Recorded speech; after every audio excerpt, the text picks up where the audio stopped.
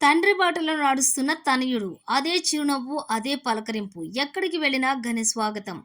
నెల్లూరు నగరాన్ని చుట్టేస్తున్న రానా ప్రమోద్ రెడ్డి. నెల్లూరు జిల్లా వైఎస్ఆర్ కాంగ్రెస్ పార్టీ అధ్యక్షులు, ఉపాధ్యాయ ఎమ్మెల్సీ పర్వతిరెడ్డి చంద్రశేఖర్ రెడ్డి తనయుడు ప్రచారంలో దూసుకుపోతున్నాడు. నగర అభ్యర్థి ఖలీల్, ఎంపీ అభ్యర్థి విజయసాయిరెడ్డి విజయం కోసం తన వంతు సహాయ సహకారాలను అందిస్తున్నారు.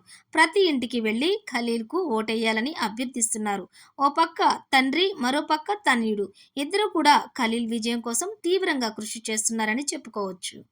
నగర పరిశీలకునిగా ఉన్నటువంటి చంద్రశేఖర్ రెడ్డి ఎలాగైనా ఖలీల్ని గెలిపించి జగన్మోహన్ రెడ్డికి గిఫ్ట్గా ఇవ్వాలన్న ఉద్దేశంతో తనయుడు రానా ప్రమోద్ రెడ్డిని కూడా రంగంలోకి దింపారు.